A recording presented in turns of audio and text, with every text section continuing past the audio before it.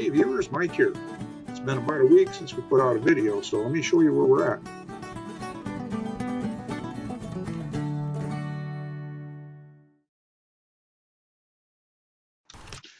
Well, first we're looking at this little test fixture I made and at the two gears that I have completed up to this point.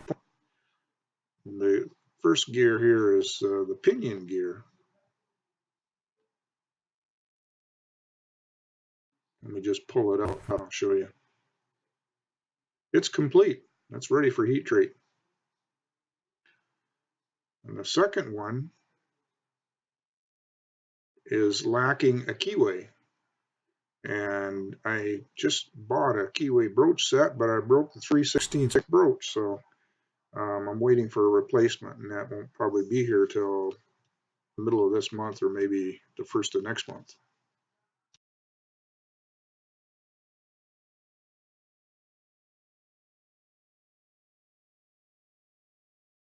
And the pinion gear, after it gets its heat treatment, will be installed right here.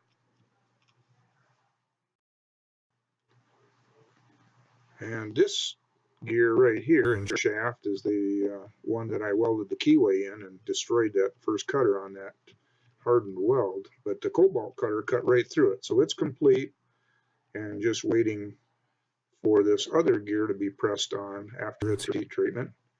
And of course it won't go on now because it won't go over that Woodruff key because it has no keyway.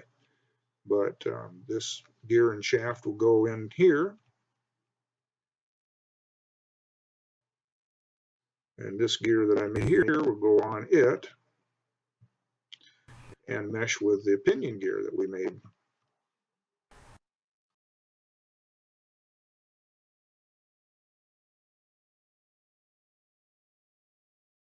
And here you see the shifting fork, and it's just sitting on there loose for the time being just to show you where it goes.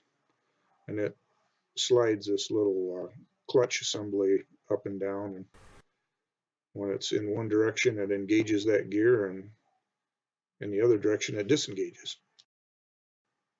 And we have all the parts we need, and here's the new bearings. So I guess once we get these gears completed and heat treated, we can reassemble.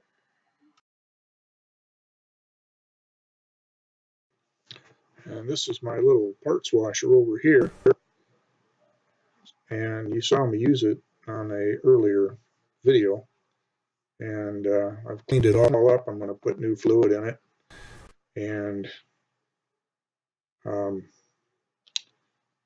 I need to put a new switch in it because the old switch just fell apart the other day.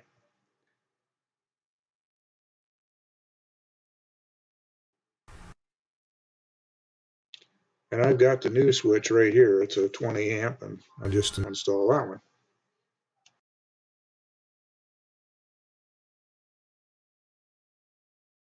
And another thing we're doing is the other day I saw a video where a guy used one of those little furniture movers underneath his parts washer to make it mobile, and so I picked one up too.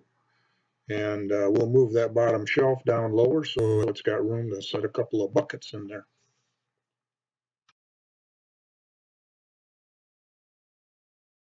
And I've started doing a little work on the bandsaw as far as removing the paint goes, but I probably won't go too much further until the temperature rises outside and I can leave the overhead doors open, because even chipping that off in the method that I'm using now, you still put a lot of dust out into the air. I did take the blade welder out of it, and there's a lot of work to do there to try to get that thing rewired and so forth.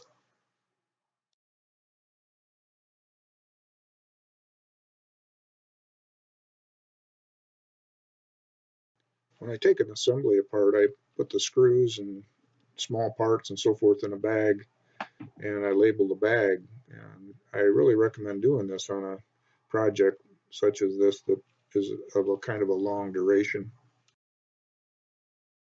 I have another little project in mind. This is my little Harbor Freight service cart, and when I'm working on something, I'm always laying my calipers and my micrometers down in here with the rest of the garbage. Not like this. I shouldn't have these indicators laying in here like this. So I'm thinking about building a little riser over part of it. And, you know, I can put the rough stuff down underneath and put my precision tools in a clean spot on this riser. So I have to get some material for that. So that should be upcoming. Yeah, here's another thing. I have low ceilings in my shop here. I really don't have enough room to get a gantry crane in here. I can use my cherry picker to some extent, but in the case of this bandsaw, I can't really get close enough to get over the center to where I would trust lifting it. And so this thing just weighs a ton. And I mean, literally, if it's all assembled, it weighs a ton, probably 2,000 pounds. And so you see these two wheels here and the yellow angle irons. These are my little dollies for moving machinery. So, and there's some all thread sitting there. So I'm going to strap those things on, and then I'll be able to wheel it around a little bit while I'm working on it. And I can wheel it out of the way when I'm not. So, you know, that's something that maybe I'll just video putting that on just for your viewing pleasure.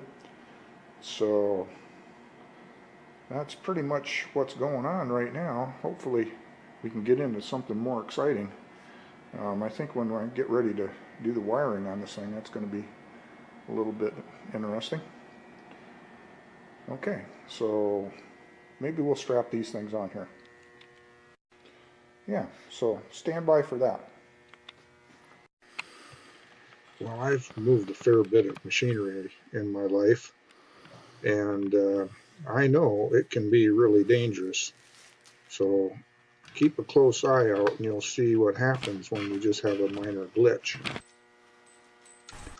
Just bear in mind this thing is only sitting about 2.5 inches off the floor. So now I'm just going to run the rods through this thing and hitch this little dolly system up.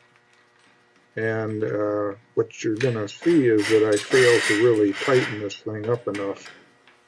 And you'll see what happens. This is a reality channel.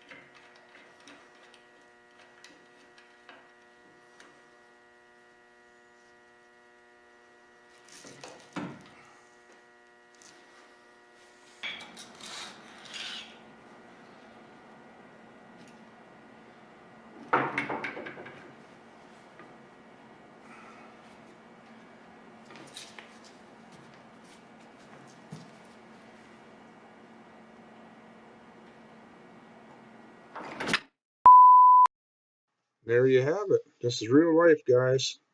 We don't edit anything out, or at least I didn't get hurt. I guess I'm going to have some unplanned work ahead of me.